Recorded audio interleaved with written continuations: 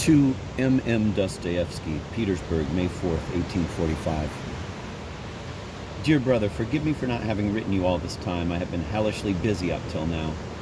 That novel of mine, which I am simply unable to extricate myself from, has given me so much work that if I had realized it beforehand, I would never have got started on it at all. I decided to go over it once more, and I swear it was for the best. It's almost twice as good now. Now I'm through with it. That revision was the final one. I have given myself my word not to touch it again. It is always the fate of first books to be corrected again and again, endlessly. I don't know whether Atala was the first thing Chateaubriand wrote, but I seem to remember that he rewrote it 17 times. Pushkin made similar revisions even on his minor pieces of poetry. Gogol polished his wonderful works for 2 years. And if you happen to have read Voyage Sentimental in French by Sterne, which is a tiny book, you must remember that Walter Scott, in his notice in English on Sterne, says, citing Sterne's servant Lafleur as his authority, Lafleur says that his master used up almost 100 quires of paper on his voyage through France. One may wonder what happened to it. Well, it all went into the making of that little book, which, had it been handled by a good scribbler like Plushkin, for example, could have been done with just half a quire. What I don't understand is how this same Walter Scott could, within the space of a few weeks, turn out such accomplished novels as Mannering, for instance. But perhaps it was because he was 40.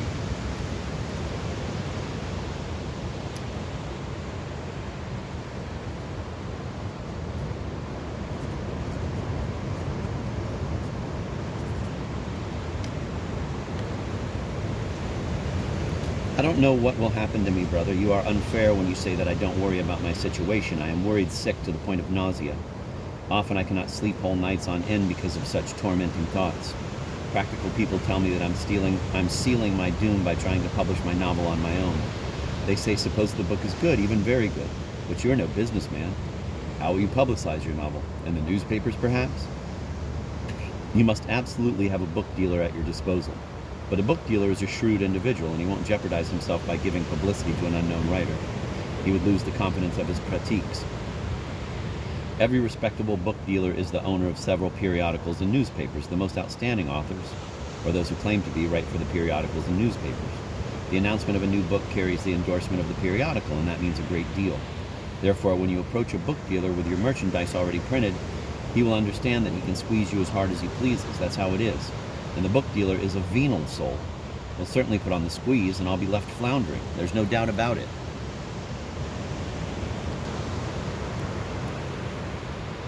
And so I've decided to turn to the periodicals and to give away my novel for a nominal fee, of course, to Notes of the Fatherland.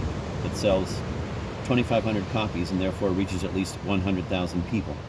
If they publish me, my future and my literary career are guaranteed. I shall have made it.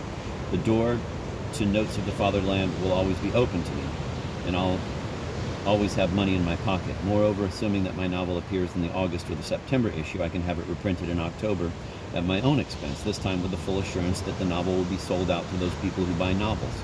Furthermore, I shan't have to spend a penny on advertising. So that is how things stand. I cannot come to revel before I have placed my novel, nor can I afford to waste any time now. It takes perseverance. I have a number of new ideas which, if my first novel is disposed of, will consolidate my literary reputation. These are all my hopes for the future. As to money, alas, I don't have any. Damned if I know where it's gone. On the other hand, I have only a few debts. As to the apartment, in the first place I still owe something on it, and in the second I am still uncertain whether I shall go to Revel or not, whether I shall place my novel or not. If I do go, then I'll arrange to vacate the apartment at that time, because the expenses and trouble of moving would come to more than staying where I am, however cheap an apartment I might find. I have already made the calculation. The apartment, the novel, Revel, 3 fixed ideas. Ma femme et mon parapluie.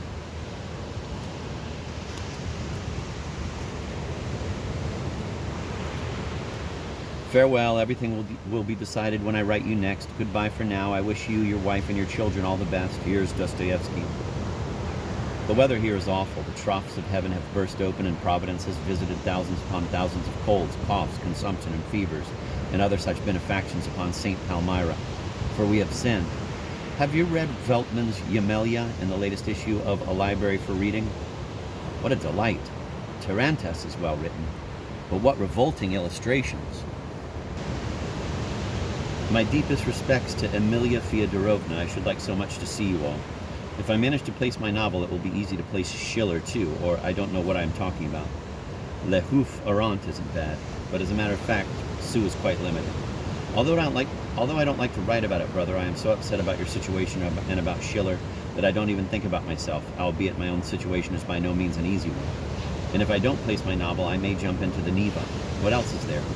I've already given it a lot of thought. I couldn't survive the death of my idée fixe. Answer quickly, it's so boring otherwise. Now these are the notes to the letter.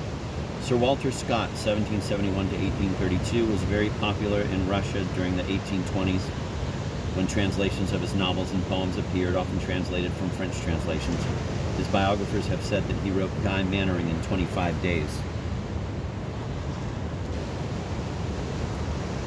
Plushkin is the name of an extremely miserly character in Gogol's Dead Souls. St. Palmyra was an ironic term for St. Petersburg. Alexander Fromich Veltman, 1800 to 1870, was a novelist distinguished by the fact that he refused to join any of the warring literary groups.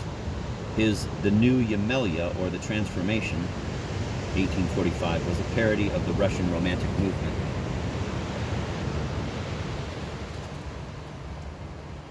Tarantes, first 7 chapters, 1840, complete book, 1845, was a novel by Count Vladimir Alexandrovich Sologub, 1814 to 1882. The characters in it are traveling toward the village of Mordassi. The subtitle of Dostoyevsky's story, Uncle's Dream, is from the Mordassi Chronicles. La Youth Errant, The Wandering Jew, 1844 to 1845, by Eugene Sue, 1804 to 1857, was being published at the time of this letter in installments in the magazine Le Constitutionnel,